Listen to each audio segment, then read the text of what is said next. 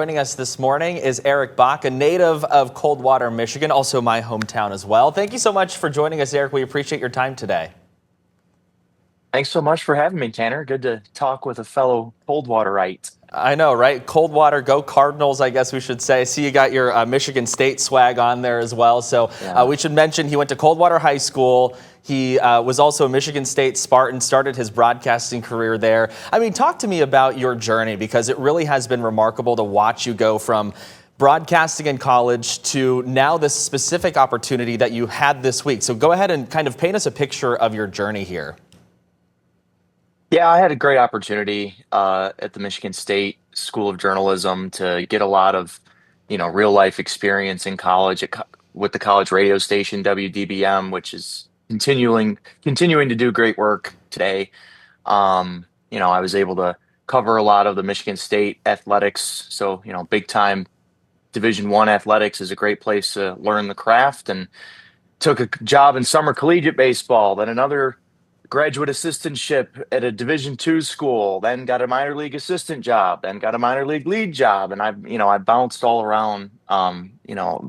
No two paths are the same in this industry, but I just have continually worked at improving my craft, and it got me to be able to have this wonderful opportunity this past week with the Nationals for my first time at the major league level. So I couldn't be more grateful to the Nats for giving me that chance, but it was the result of a lot of years of work and improvement and networking and, you know, being in the right place at the right time too.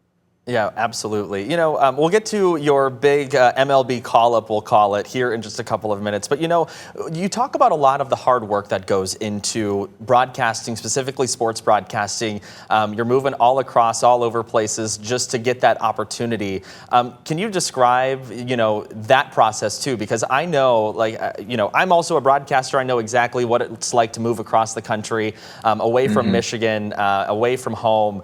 But, you have been to several places to just try to get this opportunity here and to the opportunity that you're currently at. Can you just kind of describe the work that goes into it for people at home that don't really understand the nitty gritty of it? Yeah, well, I don't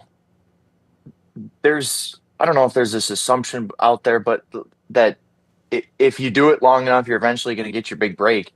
You have to do it right and do it well, and that involves bringing in mentors and talking to people in the business and getting feedback and being vulnerable and, understanding that none of us that do this in this industry are a completed whole, right? We're always trying to improve and do something better the next day. That's what I love about it, is that it doesn't matter how good you are.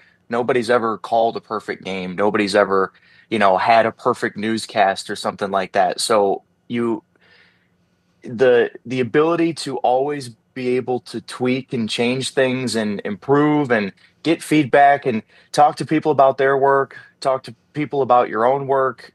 It allows you to meet a lot of people in the industry when you are curious and willing to improve all the time. And I'm certainly far from a finished product, but I've worked really hard to get to this point, and I'm grateful that I was given the opportunity, this week with the Nats. But it's a grind. I've done minor league baseball now for 4 years. That's 130 games in a row, pretty much, taking up 6 months of the year, 6 games a week. So you're traveling all over the country. You're missing a lot of nights and weekends and a lot of stuff that quote unquote regular 9 to 5 people get to do during the summer. You're giving up your summers pretty much. But it's, for me, the process of doing the work and continuously improving has really, now it's bared the fruit of being able to make my major league debut. So it feels worth it when you get an opportunity like this. Yeah, let's talk about that moment that you got the call. Hey, we want you to come and be on our broadcast for the Nationals Braves game here this week. What was that call like? I mean, did you expect this coming down the pipeline, or was this like, oh my gosh, what's this number? Let me answer it, and then you find out. What's that like? Yeah, I was in the car actually, and you never expect to get a call like that. It was actually one of the Nats radio guys had this kind of freak accident and needed knee surgery. So, he's okay and we're glad about that. But, you know, it created an opportunity and an opening for me, and I was able to take advantage of it. But I was in the car. I almost drove off the road when I got the call, and then at the beginning of the call, I was in kind of a dead zone, so I was like kind of missing half of what she was saying on the other line. So it was kind of a stressful situation. Luckily, I was able to get myself to a place where I got a little bit of signal back. um, I was actually driving home. Our minor league season had just ended in the playoffs, about 2.5 hours away from where we are. And I was driving home from that, and you have to drive through some back roads and stuff. And um, luckily, I got most of the call, and we locked it in. It was surreal.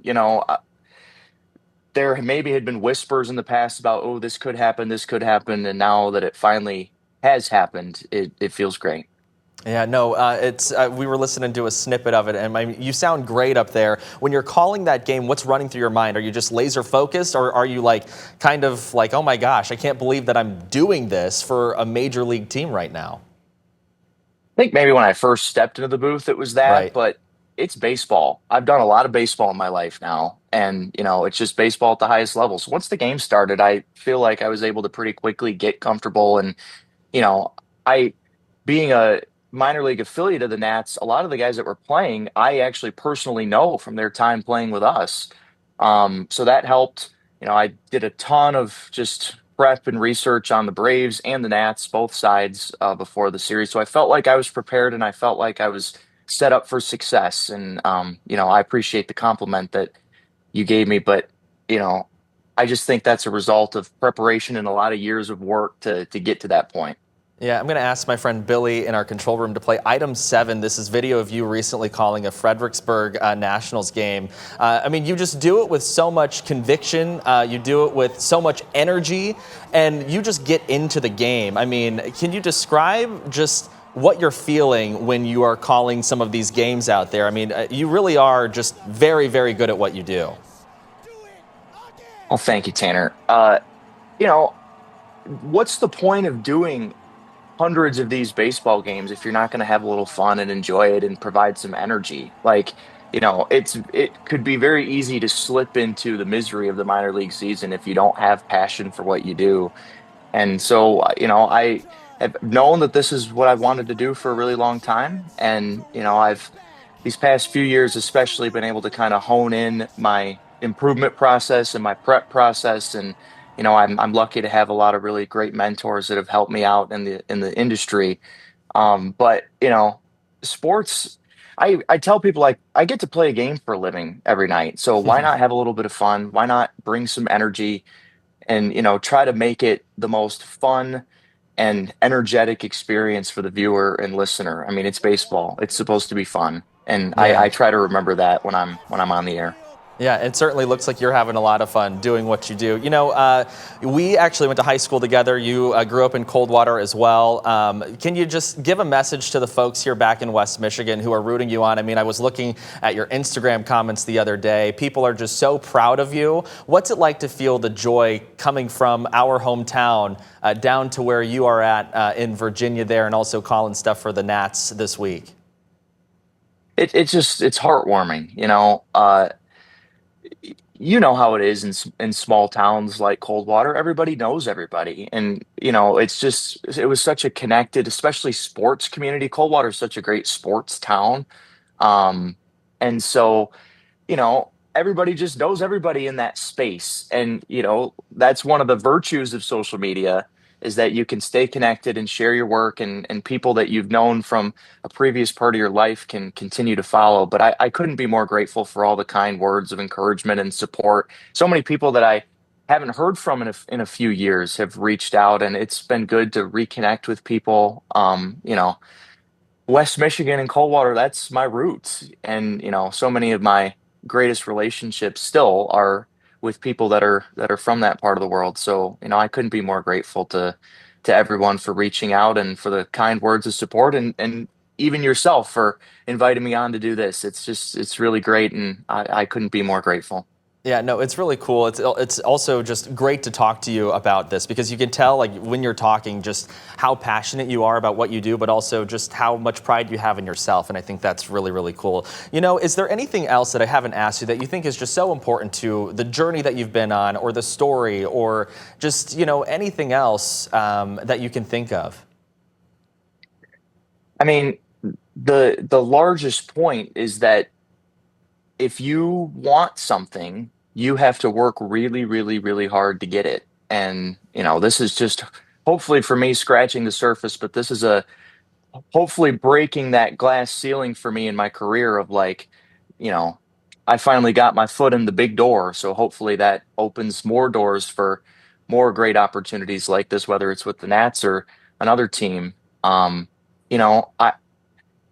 ultimately I'm lucky that I have been brought in on the merits of my work. Nothing about me personally has held back my career. So you know, it's important to surround yourself with people that want the best for you and want you to succeed at the very highest levels. And I've been very lucky that I've surrounded myself with a really nice core group of people that I can lean on both inside and outside the industry. And hopefully the best is still yet to come. Yeah, speaking of to what's to come here, can you tease? You got any more MLB appearances in your future that you know of so far? Can you tease anything, or are you kind of not sure yet? Not sure yet. The season's winding down. Nothing on the schedule for the 2025 season, but who knows what spring training or next baseball season will bring. All right. Well, Eric Bach, we appreciate your time. Thank you so much for hopping on for us for a couple minutes. It's been great to watch your career, so congratulations to you, and good luck in the future, man. Thanks so much for having me, Tanner. Great to catch up with you.